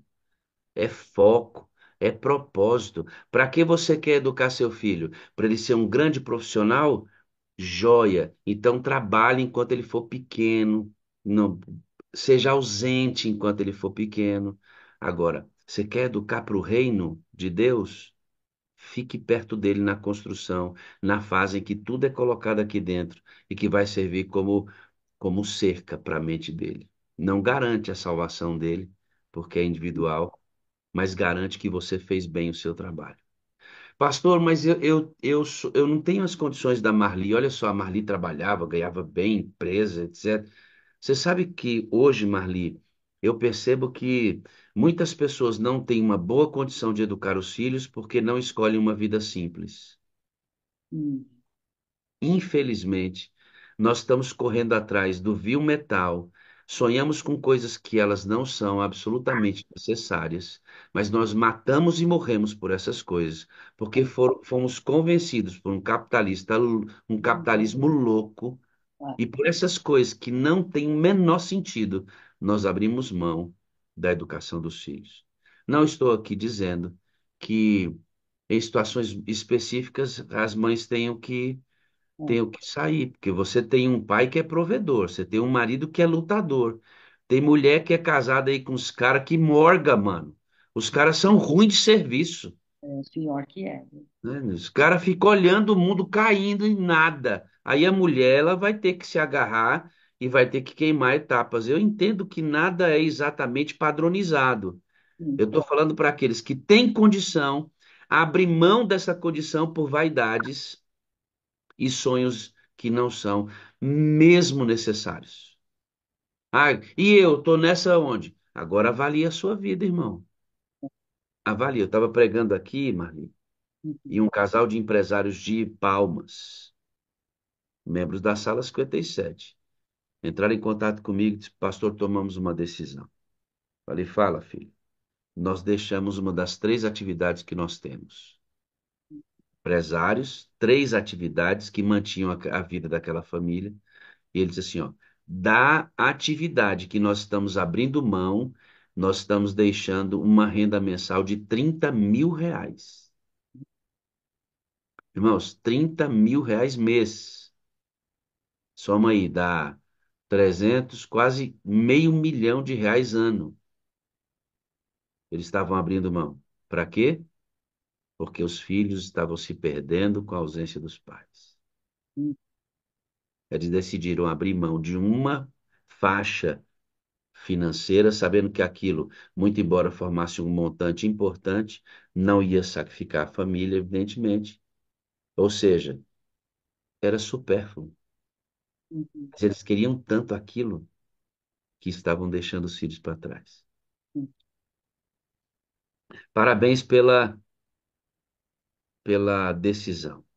Aí você tem as filhas, a gente vai entrar num tema agora, irmãos, que você já chupou chupeta, irmão? Já? Chupetinha, aquele Coisa bico, de vó, Verônica. pastor. Isso é coisa de Hã? vó. É vó, né? Hoje, mas Vó hoje em dia fala, ainda dá tem isso. chupeta pro menino. Dá chupeta pro menino que o bichinho para de chorar. Já chupou essa chupetinha bico? Pois é. O que que o bico tem a ver com esse negócio aqui? Como é que é o nome das meninas? Gabriele Gabriela e Camila. e Camila. Duas meninas que neste contexto usaram a chupetinha. E você teve que tirar a chupetinha das duas. Hum. Como é que foi esse negócio de, de tirar a chupetinha das duas, Marli? Então, como eu sempre fui muito assim, leitora, né, buscava muita orientação, eu tinha entendido que a criança que fica muito tempo chupando chupeta, criança fica criança boba, engole muita saliva, entorta os dentes, né? Então, a minha primeira filha, ela não ligava muito para chupeta, ela ligava, ela queria chupeta quando dava o horário de dormir. Durante o dia, não. Mas esse tempo ali, um aninho. Quando ela fez um aninho, que a gente fez uma celebração com ela, ficou muito marcado aquilo. E aí a criança, a gente trabalha muito com o lúdico, né? E aí depois desse um aninho, eu pensando, né? O máximo que eu acho que eu vou deixar é nos 2 aninhos, ela chupar chupeta. Então, como é que eu vou? E aí eu falava isso com Deus, Senhor, como é que eu faço isso, né? E o Espírito Santo ali. E aí eu falei, filhinha, lembra da festinha de um aninho? Sim, mamãe. Então, quando a gente for fazer a próxima, aí vamos jogar, porque chamava PP. Vamos jogar PP fora? Criança tudo é festa. De vez em quando eu lembrava. Quando ela fez 2 aninhos, passado algumas semanas, sempre fazíamos o culto, né? Eu não trabalhava, então eu tinha tempo. O quarto delas era assim uma extensão da escolinha delas, do hall, do jardim, tudo que tinha lá, o anjo, o Jesus, aquele flanelógrafo, tinha no quartinho delas. Então a gente fazia o culto ali com calma. E aí, num dia de manhã no culto, eu falei: vamos jogar Pepe fora hoje? Bora, bora, bora. Aí ela já foi saindo, eu falei: opa, volta, vamos falar com o Papai do Céu, porque não vai ser fácil, filha. Você Presta não vai. atenção, presta atenção na didática, na construção da ideia. Você está preparando a criança para a tomada de decisão. Isso é perfeito, irmãos. É uma construção. Vamos continuar. E aí você vai entender por que que a gente está tratando sobre isso. É. Aí eu falei: não vai ser fácil, você não vai mais chupar Pepe. Então vamos pedir ajuda pro Papai do Céu? Vamos, e eu quero orar. E assim, eu também arrepio. Eu lembro da tonalidade de voz dela, uma criança de 2 aninhos. Ela, até hoje, ela sempre começa uma oração agradecendo pela família. E lá ela diz: Papai do céu, obrigado, família. Agora eu vou jogar Pepe fora. O senhor ajuda. O senhor não deixa a mamãe me bater. Que coisa, não? Que É coisa. oração. E a gente morava bem quase de frente, tinha um terreno vazio com matos, né? E fomos, e vai, filha, despeça da Pepe. E ela chupava Pepe, chupava Pepe. Atravessamos a rua, aí veio também uma priminha, duas, jogaram as duas chupetinhas ali no local. Vem pra casa, a Gabi nem ligou, porque ela não ligava mesmo, só quando ia dormir. Quando anoiteceu, mamãe Pepe. Aí o Pepe. Aí eu sempre estudava, fazíamos o culto de manhã, bem demorado, com calma, né? E à noite eu relembrava como foi para ela dormir com aquilo na mente, né? Sobre o tema da lição. E aí, naquele momento, ela, mamãe Pepe, mamãe Pepe. Eu falei: o que aconteceu hoje de manhã na hora do culto? O que aconteceu? Jogamos fora, mas o matinho é perto e nós vamos lá buscar. Imediatamente eu contei com o céu. Falei: meu Deus, me ajuda. Não deixa que a minha autoridade, né, caia assim. Não é autoritarismo, viu? Autoridade de mãe. Eu sou palestrante, pastor, eu sempre falo para as mães: o tom da sua voz não faz você ser mais mãe. Toma posse. da sua autoridade de mãe. Então você não precisa gritar e nem deixar de falar. Você é mãe, ponto. E naquele momento, eu falei, Senhor, me ajuda. E aí o Espírito Santo me deu uma ideia, né? Vamos lá, filha. Vamos lá ver a sua onde tá essas PP. E aí eu fui falando, se ela estiver lá, vai passar bichinho, vai, pode fazer xixi nela. Você vai querer, eu quero, mãe, eu lavo. Quando a gente chegou lá, passou dois gatinhos, aí o Espírito Santo me impressionando. Falou, olha lá, ó, acho que o gatinho até pegou. E realmente não tinha chupeta ali. Talvez vento, ou realmente algum bicho levou, não tinha. E aí eu falei, tá vendo? Acho que aqueles gatinhos ali que levou. E ela chorou, chorou, queridos. Meu marido trabalhava, só era ele quem trabalhava, né? Então ele precisava dormir, descansar para poder ir trabalhar. Então eu fiquei 2 meses com a minha filha, passando por esse luto, né, da saída da chupeta na vida dela. Eu nunca perdi a paciência. Eu chorava junto. Ela colocava o dedo. Eu guardei uma chupeta caso ela adoecesse. Mas a gente ficou 2 meses, pastor, 2 meses vendo o sol amanhecer, passando por essa fase de sair da chupeta. E foi uma Se- bênção. Segura bem aí. Essa foi a Gabriele. Gabriele. E a Camila também usou a PP. E como é que foi para ela largar essa chupetinha? Então, a outra sempre falava, ó, mamãe vai falar para jogar fora, hein? Vai jogar fora. Tudo bem. Nós estávamos, aí ela assim, como que foi com a Camila? A chupetinha dela tava, o bico tava rasgando, né? E aí eu usei outra tática, falou, ô querida, quando acabar, quando soltar tudo o bico, vamos jogar a Pepe fora? Bora, mamãe, vamos, mas foi. Estávamos numa festa de noivado de uns amigos, e vem aqueles dois toquinhos, né? A mais velha e a pequena, né? Com o bico na mão e a rodinha, né? Da chupeta na outra, né? E aí, ó, mamãe, quebrou tudo. Vamos orar? A pequenininha. Vamos orar? Não tinha nem 2 aninhos ainda. Vamos orar? E aí, meu marido não estava perto, ele estava para lá, para outro canto, e aí nós fomos para um cantinho às 3. E aí ela orou também, né? Não igual a primeira, mas ela orou. Quebrou, acabou. Eu vou jogar, papai do céu, me ajuda. E aí, olha, gente, é tão lindo. Eu entendo que a maternidade, pelo menos comigo, claro que eu acredito com todas as mães, né? E pais também. Deus nos permite ser pais para entender a nossa relação com Ele e entender a questão, a visão sobre a humanidade, né? Eu tenho duas e são completamente diferentes. A Camila, queridos, ela chupava chupeta o dia inteiro, o dia inteiro. E aí eu pensava, nossa, a Gabi que não chupava o dia inteiro, eu fiquei 2 meses sem dormir, a Camila, há 2 anos, né? A Camila, quando a gente voltou, na primeira noite ela resmungou só, nunca mais. Eu falei, que diferente, né? E eu ficava impressionada com as diferenças, né, do ser humano. Foi muito bom. E essa foi a experiência de tirar a chupeta. Uma filha, 2 meses. Um luto profundo que a mãe teve que ir dormir com a filha. A outra, que inclusive usava mais a chupeta, liberou em 2 dias.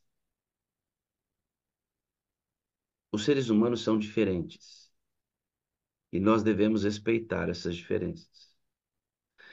E trazendo esse recorte para dentro da igreja, muitas vezes a gente quer padronizar o comportamento da igreja e a gente acha que as pessoas devem reagir às coisas só porque elas são certas da mesma maneira.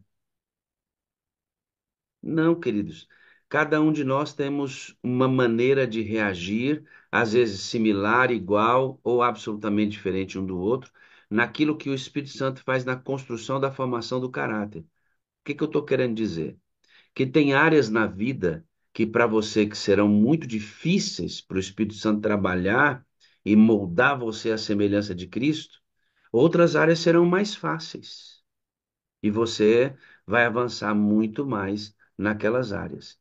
O nosso irmão ao lado também tem áreas complexas para serem trabalhadas, assim como também tem áreas de maior liberação. O problema é que a gente às vezes exige dos outros maturação rápida. Mas a pessoa não está vendo que isso aí tem que ser feito? Olha só, uma pessoa. E a gente acha que o processo deve ser rápido, ligeiro, numa área que para mim parece óbvia, mas para você parece óbvio. Porque olha aqui, ó, cada ser humano que está aqui adorando é uma construção. Desde a forma como foi gerado, a maneira como essa gestação foi desenvolvida, o tipo de nascimento, o lugar onde morou, as experiências que tudo isso vai construindo o nosso ambiente mental, que na hora que o Espírito Santo chega agora para transformar essa pedra rústica numa pessoa semelhante a Cristo, ele vai esbarrar em lugares mais duros e lugares menos flexíveis, mais flexíveis. Ou seja, amigo, vai ter lugar que Deus vai trabalhar você que tu vai ter que chorar, porque vai doer demais. E pode ser que demore. E tem lugar que vai ser rapidinho, você vai se assemelhar a Cristo. Essa é uma primeira lição das chupetas. A segunda, não se sinta melhor, porque você tem uma área já trabalhada na sua vida, enquanto o seu irmão não tem. Exemplo. Você é uma mulher que já se veste muito bem, entendeu a doutrina da conduta cristã. Falamos sobre isso essa semana.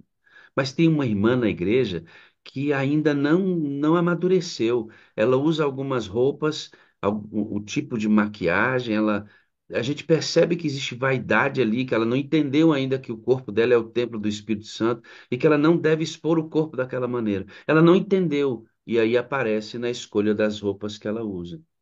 Mas você é uma mulher, um homem que já amadureceu. Aí você olha assim, como é que pode, né? Essa irmã usar essas roupas? Eu já uso a minha roupa adequada. Agora vamos mudar um pouquinho? Essa irmã que usa as roupas inadequadas, ela é muito humilde, mas muito humilde.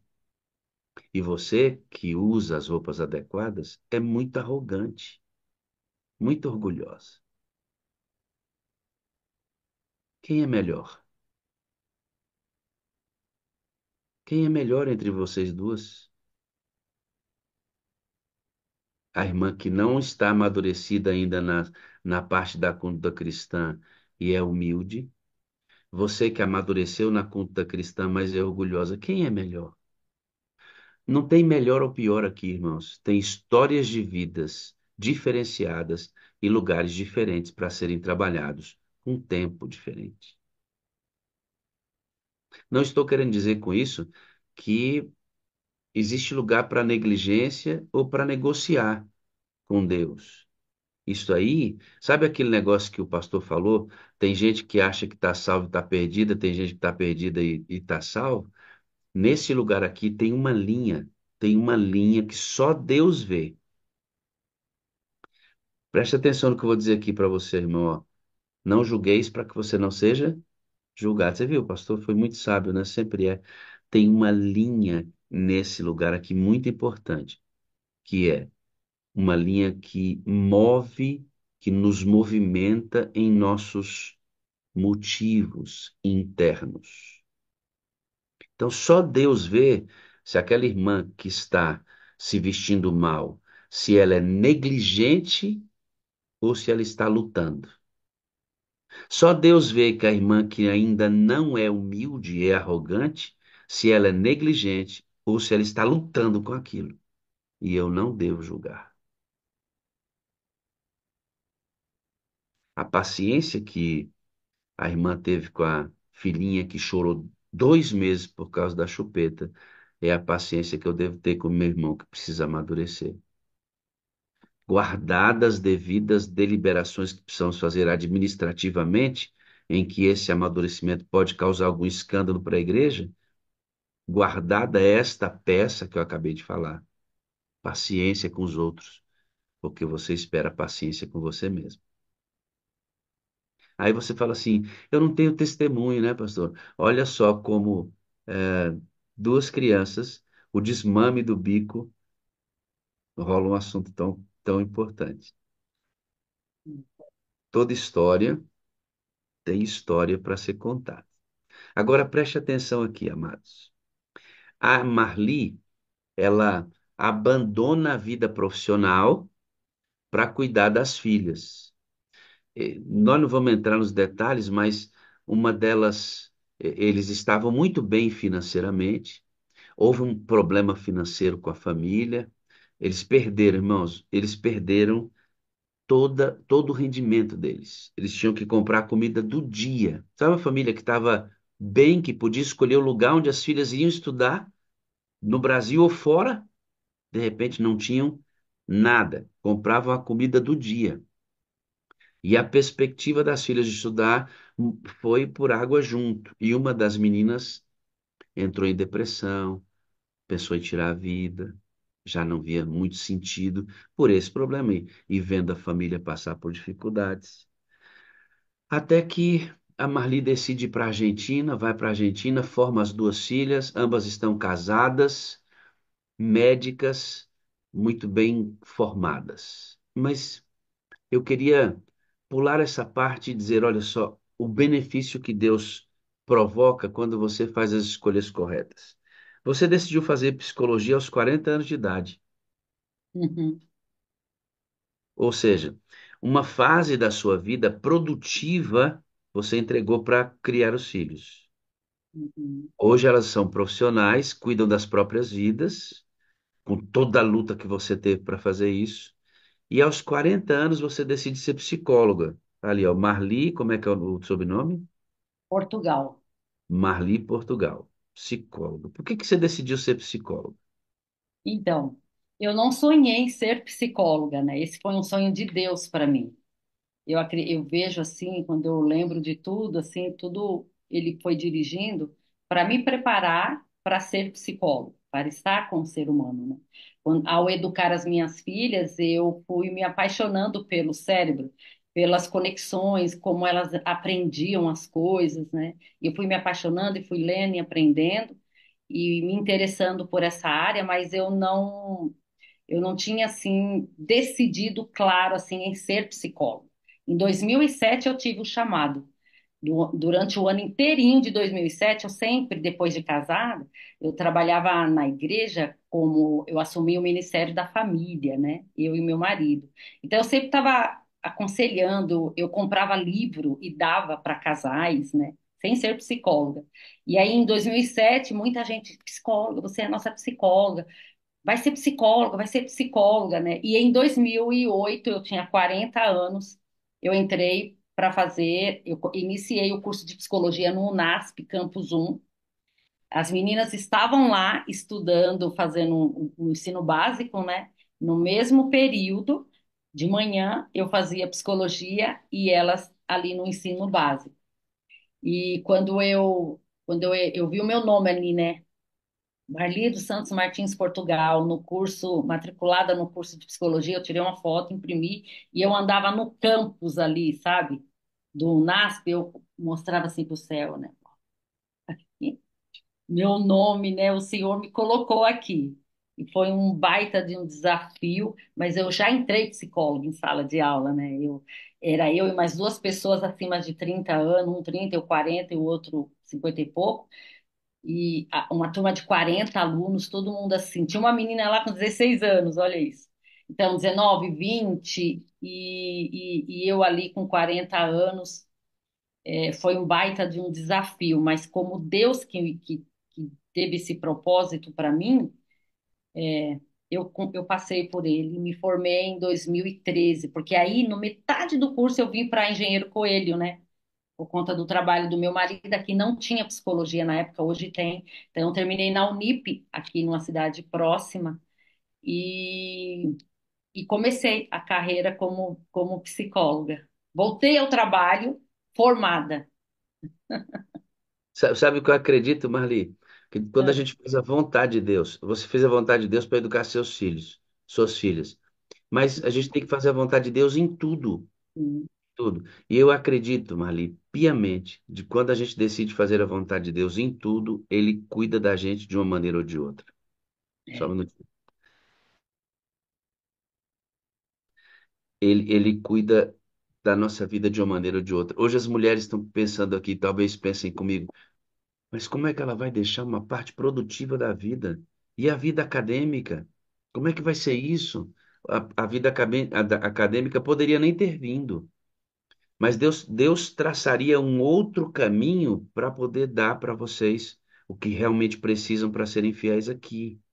A questão é a formulação e a construção de uma família para o céu. As meninas estão bem formadas, sim, mas elas são essencialmente meninas que temem a Deus, estão É. firmes na fé, desenvolvem seu cristianismo junto com a família. Uhum.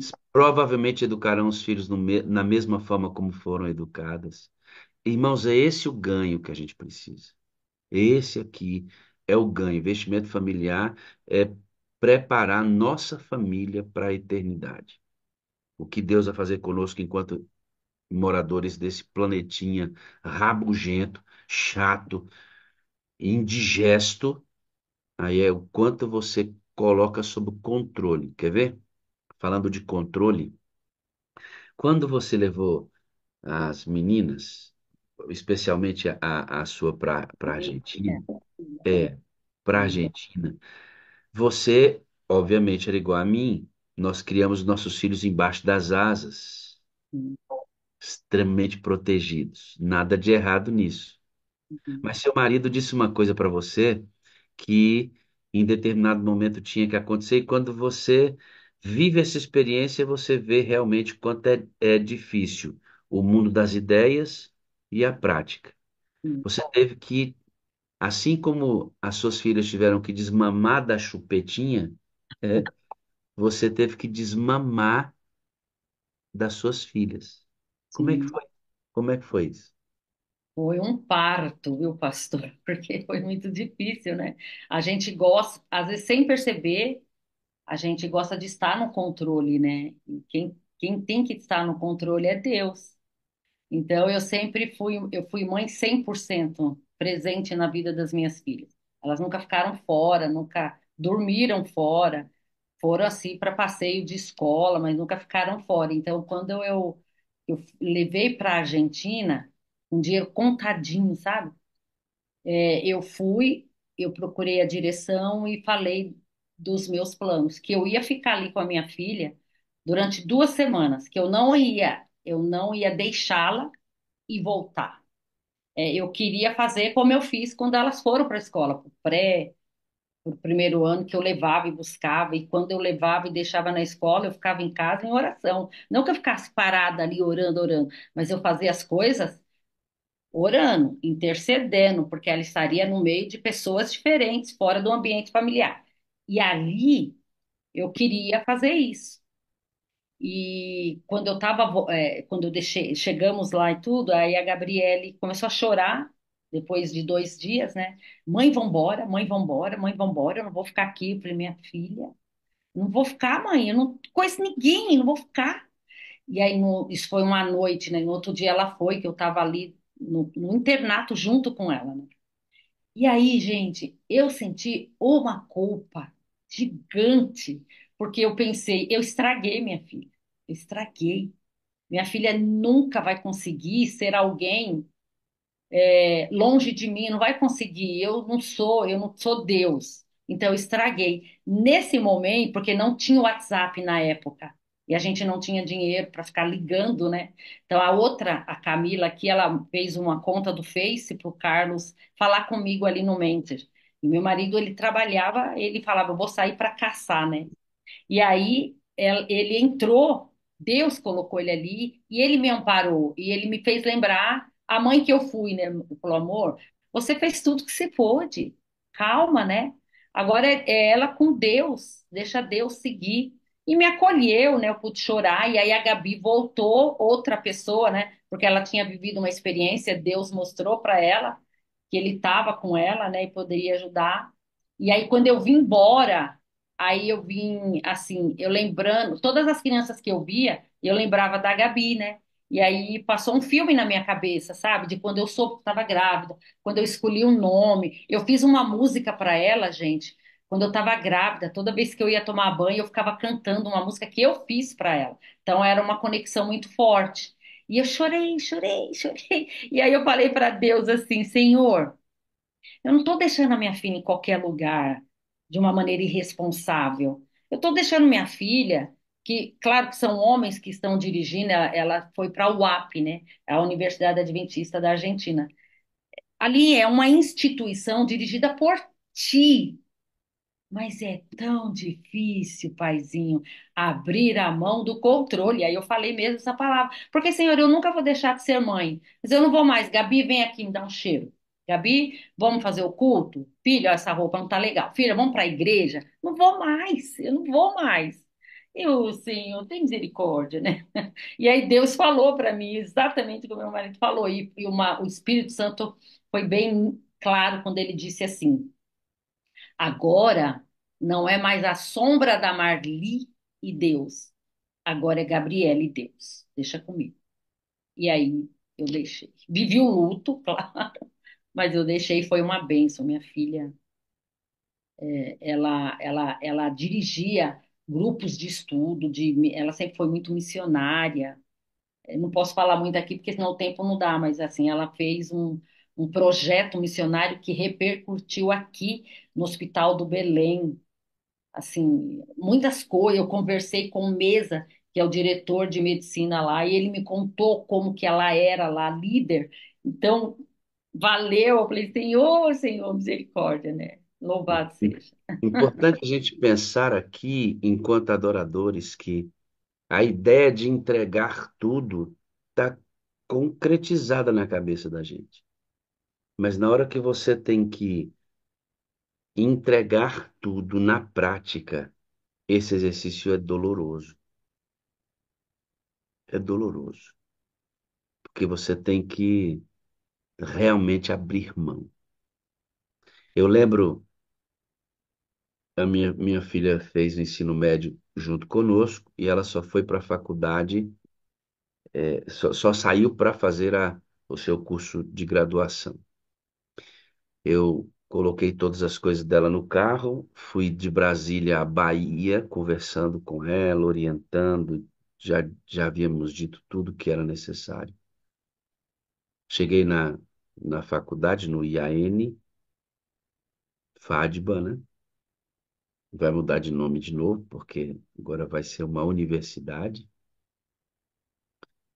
E aí estacionei o carro, verificamos toda a área, fomos até onde ela ia dormir no quarto, levamos as malas e eu aqui, tamo junto, irmão. Sei o que estou fazendo e o que estou fazendo é melhor para ela. Tchau, filha. Cuidado aí e tudo o que precisar, pode falar com o papai. Estamos aí para ajudar. A mãe despediu, entrei no carro, ela ficou na minha frente. Dei a ré, fizemos a oração, dei a ré, firme. Hum.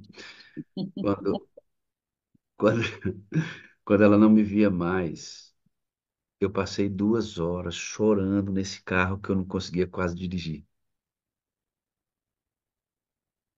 2 horas, irmãos. E a minha esposa do lado chorando. A gente não falava nada um com o outro.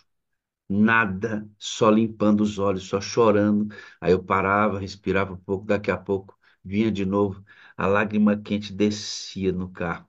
E eu chorando, chorando. A minha filha, a minha filha, a minha filha. Deus disse assim: ela não é sua, É. ela é minha. Deixa eu cuidar dela. Chegou a hora dela crescer, tomar as próprias decisões, sofrer os próprios embates. Ela vai ter que se proteger. Claro que a gente não abandona isso, mas a gente tem que dar uma liberdade de movimento para ela aprender, senão como é que vai casar? Como é que vai se desenvolver como ser humano? Essa pseudo-liberdade sem a nossa presença era muito necessária. O que que a gente tem que aprender com isso aqui, irmãos? Não é só nisso, não, sabe? Em tudo na vida da gente, a ideia de entregar está muito, muito, muito concentrada em nós. Mas na hora de entregar, hein? O marido traiu. E aí, como é que você vai reagir? Alguém falou mal, te deu um tapa na cara. Como é que você vai entregar tudo agora, hein? Hã? Perdeu tudo, eles perderam tudo, irmãos. Ficaram com o dinheiro de comprar a comida do dia. Como é que você vai entregar tudo numa situação como essa, hein? Como é que você vai entregar seu filho agora ao controle de Deus sem que você esteja. Irmãos, entregar tudo é um exercício provocado pelo Espírito Santo. E ó, vai chorar, vai doer. Porque a gente se mete nessa de entregar tudo, Marli, para o Espírito Santo, e Sim, ele muitas vezes nos leva para desertos. sim, Mas às vezes ele também nos leva para pastos verdejantes. que bom. Tem hora que não tem água para beber, mas tem água, tem hora que a água é refrigerante. Então, nós temos que aprender que ele vai jogar a gente para um lado, jogar a gente para o outro, para poder moldar o nosso caráter. E você tem que estar disponível. Ou seja, ele mesmo provoca a vontade de entregar tudo e ele mesmo mantém o poder para você continuar entregando tudo. Tudo é obra do Espírito, tudo é obra de Cristo, tudo é obra do Pai na gente. Viu, Aline Pimenta? É assim mesmo. Quando você entra na sala, Dona Marli, Uhum. você vai descobrir que lá no passado você era orientada pelo Espírito Santo. Você tratava meio que o Espírito Santo de forma etérea. É o Pai, o Filho, o Espírito Santo estava presente nas falas, mas muito volátil. Ele não era uma pessoa física. Hoje, depois de entrar na sala, você tem uma experiência física. O que que mudou na sua relação? Porque você assiste a sala desde 21.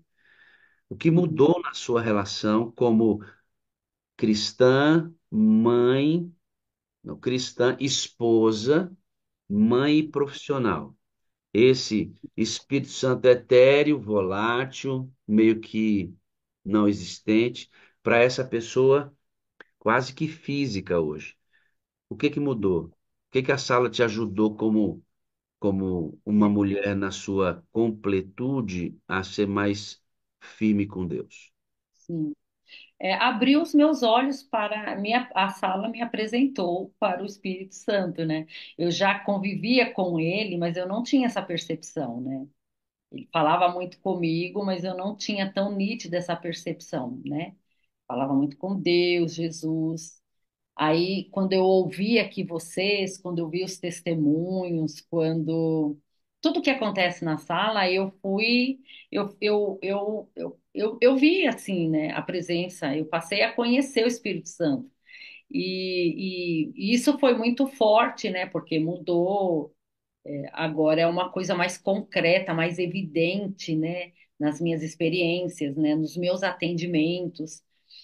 Eu tô atendendo, eu atendo pessoas, mas ligada, eu não solto da mão do Espírito Santo, né?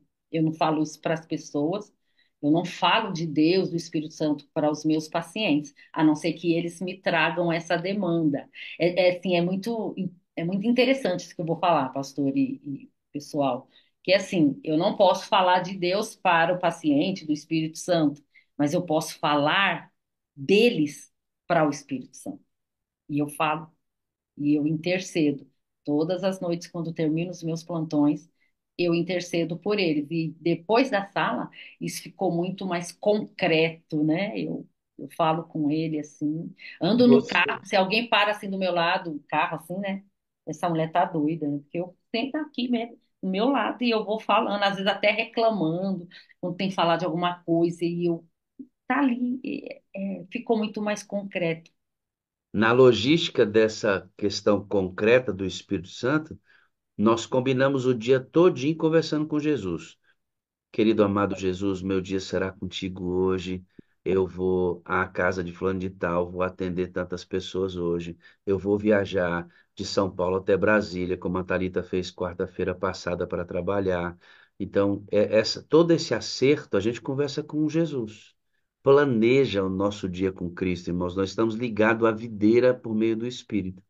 Hum, E aí, a Marli vai sair para executar as tarefas. E na hora que ela sai para executar as tarefas, as decisões a serem tomadas na execução dessas tarefas, o que eu vou dizer, o que eu não vou dizer, se eu vou para frente, para o lado, é com o Espírito Santo de Deus, essa é a dinâmica.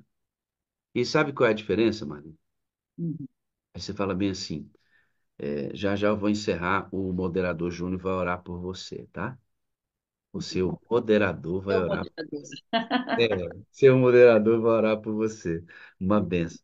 Então, é, uma coisa importante, a Marli antes não sabia isso, concretamente que era o Espírito quem fazia isso. Ela achava que era Deus, Uhum. de forma bem abstrata, Deus. Uhum. Mas ela não tinha consciência de uma relação trina, Pai, Filho e esta relação concreta com o Espírito Santo. Antes disso, Deus orientava a Marli, sempre. Só que agora, Deus orienta muito mais. Uhum. Parece que abriu, né? Ampliou. Porque as pessoas, Marli, têm a ideia de que, puxa, então, antes Deus não orientava? Claro, Deus orientava, só que ele orientava limitado pelo nosso controle. Agora, a Marli e eu, e quem compreendeu isso, tenta não controlar, Sim. tenta entregar o controle. Aí é diferente demais quando ele trabalha com o controle todo.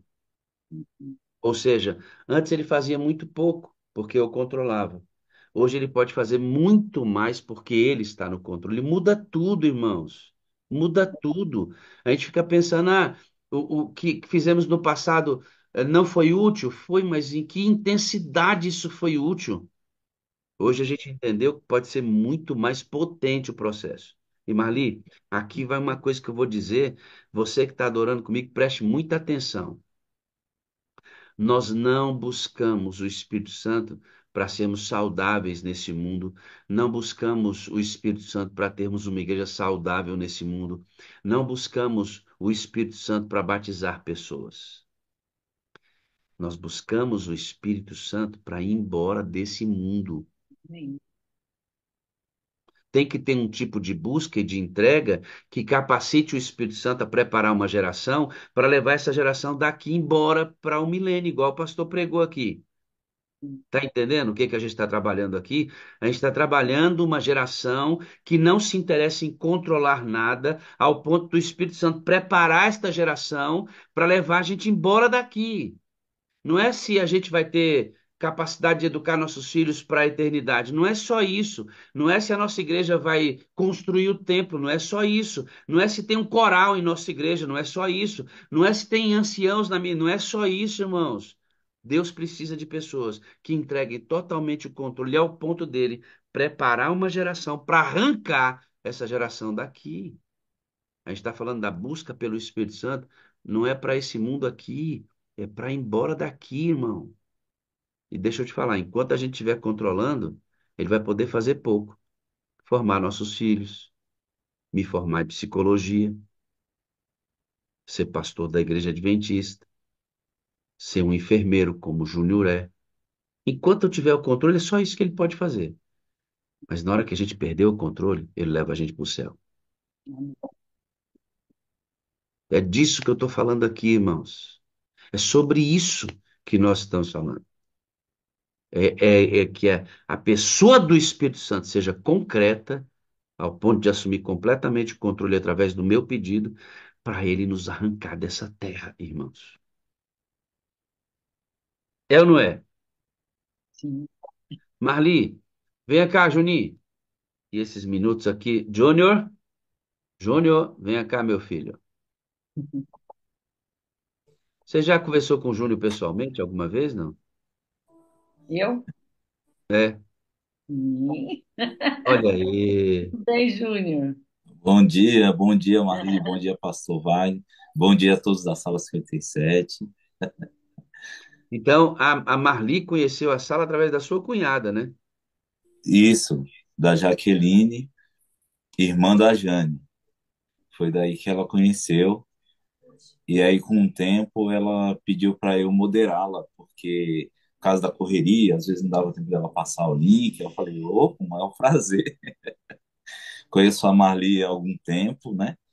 Uma benção. Vou tentar ser breve aqui e dizer um pouquinho, porque acho muito importante, um ponto muito importante que eu gostaria de colocar é a maneira como eu conheci a Marli. Acho que ela nem vai lembrar disso. Mas eu não era adventista, eu estava namorando com a Jane, e a Jane estava me levando para a igreja, eu já estava tendo estudo bíblico, e eu tinha um estudo bíblico com o pastor Éder. Olha só como que é as coisas. O pastor Éder era do Valo Velho. E o pastor Éder, ele levou um estudo muito especial. Ele levou um estudo criado, ele mesmo desenvolveu o estudo falava de Jesus Cristo. E a maneira como ele falava de Jesus era impressionante. Era algo que eu nunca tinha visto na Bíblia, na época quando eu era católico. E aí teve um dia que a Jane comentou comigo, falou, a Marli vai pregar na Igreja das Palmeiras, amiga da Jaque, vamos lá assistir. Vamos sim. Aí nós fomos, né? E eu fiquei, pastor, resumindo, para não ficar muito longo, eu fiquei impressionado. Eu falei, essa mulher é de Deus. Essa mulher, com certeza, ela tem um pouco de influência no meu batismo também, porque além de eu ficar impressionado com a religião adventista, porque falava muito bem de Jesus, da volta de Jesus e do sábado, né? A Marli encantou demais, porque no dia ela pregou, ela falou de Jesus. Eu nunca tinha ouvido alguém falar tão bem de Jesus na minha vida, como eu tinha ouvido a Marli falar depois do estudo bíblico que eu tinha tido. E também ela cantou ainda, pastor. Ela cantou no final. Me impressionou demais. E aí eu conheci o Carlos também, o marido dela, uma bênção, um homem de Deus, é carpinteiro, é uma bênção porque é a profissão de Jesus Cristo. Eu achei incrível isso também. E conheci as filhas dela, a Gabi, a Camila, são, pastor, precisa de ver, que meninas, meninas de Deus mesmo. Sabe aquelas pessoas que dão valor ao ser humano, que tinha que ser médicas mesmo? É, até hoje é incrível. Quando elas conversam com a Jane, eu fico impressionado. Elas chamam a Jane de tia até hoje. A Jane não é tia dela, de sangue, vamos dizer assim. Mas elas é tia Jane para lá, tia Jane para cá. Já são mulheres e chamam a Jane de tia. Eu fico impressionado. Hein, Chama a Júnior? Jaque de tia. Sabe, É só uma benção. sabe, sabe essa ideia do valor do ser humano? É porque quando elas eram pequenas, no Sim, trabalho de formação do caráter delas, a Marli levava as crianças para lugares onde tinham idosos e tal, e eles sim. levavam cremes de pele. E as meninas pegavam os cremes de pele e ficavam passando na mão dos idosos, hidratando a mão dos idosos. Daí se dispara o desejo, claro, tem mais coisa para formar, mas o Sim, estímulo de cuidar de pessoas. Então, esse desejo da medicina, de cuidar de pessoas, talvez tenha vindo exatamente desses impulsos provocados ainda sim, com a idade. É com importante essa certeza. formação, né? Isso. Glória a Deus por isso. Eu só quis falar isso mesmo, mas para exaltar mesmo o Espírito Santo na vida da irmã Marli, na vida de todos nós. Uma benção. Como é que a Marli chegou aqui? Eu não conhecia a Marli, mas conheci o Júnior. E o Sim, Júnior é um isso. moderador top que captou o testemunho para a gente, nos colocou em contato e hoje a Marli aqui nos ajudou muito contando a sua história. Júnior, obrigado pela excelente moderação. Que Deus te abençoe sempre. Mas é um prazer enorme. Glória a Deus por isso. Todos nós Eu quero moderadores. agradecer, né? O Júnior, uma bênção mesmo, né? Ele e a Jane, né? A Jane, a Jaque falou da sala e a Jane e o Júnior que me apresentou e começou a mandar os links, né? E muito obrigada, viu? Deus abençoe assim ricamente a sua vida, querido. Eu que agradeço imensamente. Primeiramente a Deus e Amém. agradeço a Deus pela vida de vocês. Amém. Marli, ó a Jane aí. Ah, aí, Oi, pastor garotinha. Marli. Tudo bem? Como vai? Bonitos como sempre, né? Casal Oh, bonito. Verdade. pastor Marli canta muito, viu? É. Família musical, viu, Uma irmãos? Aí, benção. família da Marli é família musical, as filhas top. É, é Né? uma benção, é uma benção. Que Obrigada, maravilha. amém. Ei, Marli, Pra gente finalizar, e o Júnior vai orar conosco ali junto com a Jane. A sala 57 representa para você? O céu representa estar em contato com o céu. Isso é tudo para mim. Legal, que legal. Fico feliz em saber que a sala tem contribuído com você, com a sua família, com as suas filhas, e indiretamente na segunda onda com todos que experimentam da Marli, cristã, esposa, mãe, profissional, né? Eles estarão também convivendo com a sala indiretamente. Deu certo, viu? Como é que foi tranquilo? Eita susto, hein? As pessoas, meu Deus, vou testemunhar, é muito difícil. Não, testemunha é uma conversa. Eu vou É, orientando. A Marli fez muito bem. Tem muito conteúdo, ela me mandou muitos áudios, mas a gente tem que contar aquilo que cabe dentro do horário. E ela foi absolutamente rigorosa naquilo que comentamos. Eu faço as perguntas e ela vai respondendo, eu vou interferindo, fazendo nó, e aí o testemunho vem sendo construído. Fica muita coisa para trás, mas entendemos que aquilo que veio é o que o Espírito de Deus gostaria de construir dentro das ideias. Muito obrigado, Marli. Eu tenho quatro coisas para dizer para você. Eu amo você, eu preciso de você para ser feliz. Você é a amém. parte visível de Deus e eu creio mais em Deus porque você existe, viu, filho? Amém. Igual, viu, pastor? É recíproco. Amém. Glória a Deus. Juninho, pode orar por nós?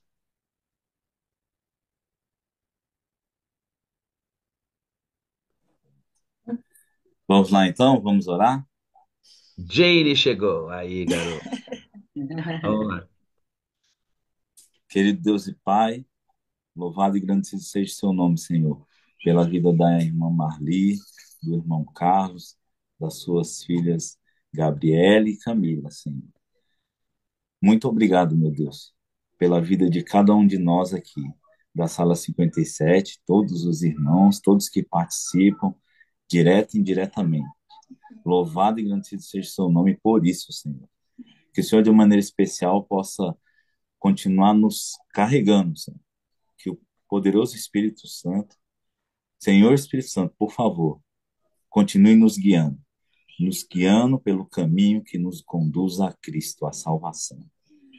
Que, apesar do que aconteça, seja o que for que aconteça nas nossas vidas, mas que assim, todos nós estejamos sempre com as mãos agarradas no Senhor Espírito Santo. Que o Senhor prepare a nossa vida cada vez mais, nos capacite para sempre a pregação do Evangelho, Senhor, e assim como o Senhor tem tocado a vida de nós, que o Senhor nos ajude a tocar a vida de muitos, para a gente continuar avançando, para que Jesus logo venha. Muito obrigado por essa reunião, mais uma vez, onde tivemos pregação, lição da escola sabatina e agora finalizando com testemunho. Que o Senhor, em sua infinita bondade e misericórdia, possa perdoar os nossos pecados, nos batizar diariamente com o Espírito Santo do Senhor. Guia a vida do pastor, guia a vida da Marli, da sua família, guia a vida de todos aqui, todas as famílias representadas, deve ser guiado pelo poder do Espírito Santo, no nome de Jesus Cristo. Amém. Seja conosco hoje e sempre. Em nome de Jesus nós oramos. Amém, Senhor. Amém. Quero Amém. Deus colocar a Verinha, ela está saindo para fazer alguns exames, cuida de todo o trâmite desses exames e que o Senhor Amém, a Senhor. abençoe ricamente. Orar pelo pastor Jean, pastor que passou a lição aqui conosco.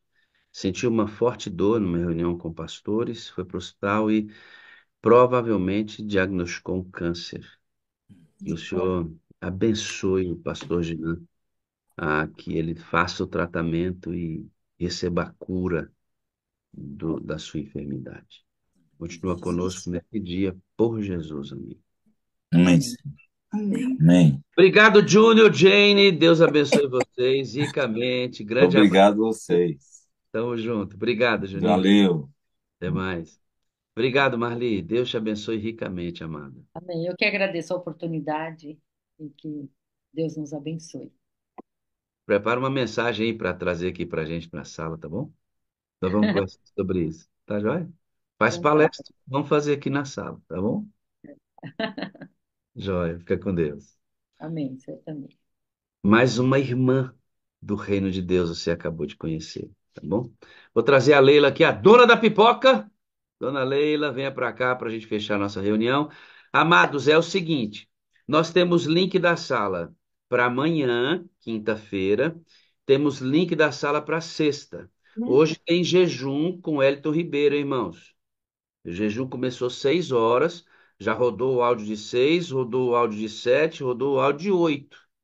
Tem o áudio de 9, de 10 e de 11 e de 12. Então, vamos para o jejum junto com o Elton hoje, uma bênção.